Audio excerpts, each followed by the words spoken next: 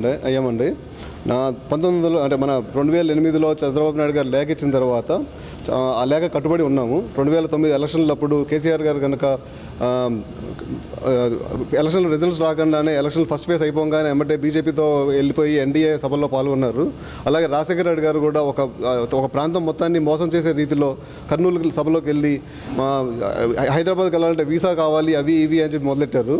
అసలు అంటే ఒక రాష్ట్ర ముఖ్యమంత్రిగా పనిచేసిన అతనికి ఒక రాష్ట్రంలోకి వెళ్ళాలంటే వీసా కావాలి అనే అనే దౌర్భాగ్యపు ఆలోచనతో ప్రజలను విడగొట్టాలి అనే ఆలోచన చంద్రబాబు నాయుడు గారు చేయలేదు. అంటే మొదటి ఫేజ్ అయిపోగానే మేము తెలంగాణ సపోర్ట్ కాదు అని చెప్పి ఒక మాట మార్చడం అట్లాంటివి తెలుగుదేశం చేయలేదు. కేసీఆర్ గారు పోయిన 3-4 ఏళ్ల నుంచి తెలుగుదేశం లీడర్లని వాళ్ళని ఏదో ఒక విధంగా ప్రలోభ పెట్టి భయపెట్టి అది పెట్టి చేర్చుకుంటున్నా కూడా తెలుగుదేశం తన స్టాండ్లో తను ఉంది.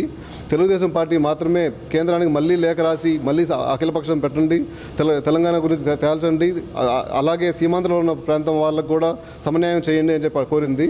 ఇవాళ రోజు సీమాంధ్రలో 13 జిల్లాల ప్రజలు రోడ్డు మీద అస్తవ్యస్తంగా ఉన్నారు. వాళ్ళకి ధైర్యం చెప్పాల్సిన అవసరం మన భారత ప్రభుత్వానికి ఉంది. భారత ప్రభుత్వం ధైర్యం చెప్పకుండా వాళ్ళని వదిలేస్తే రాజకీయ నాయకుల మీద కూడా వాళ్ళకున్న అభిమానాలు అవి తగ్గుతూ ఉంటాయి. రాజకీయ నాయకులు కూడా నమ్మే పరిస్థితుల్లో ఉండదు. ఇవాళ రోజున బొత్స సత్యనారాయణ గారి ఇంటి మీద దాడి జరిగిన, లేకపోతే పురంధరేశ్వర గారిని గొడవ చేసిన, పరమాలక్ష్మి గారు గొడవ చేసిన, ఇవన్నీ మన ప్రజాస్వామ్యానికి ఒక మంచి సంకేతాలు కావు. ఇలాంటివన్నీ మారాలి అనేసి కోరుకుంటూ మేము అందరం తెలంగాణ మిత్రులందరికీ వాళ్ళ రాష్ట్రం సిద్ధించినందుకు శుభాకాంక్షలు చెప్తున్నాము.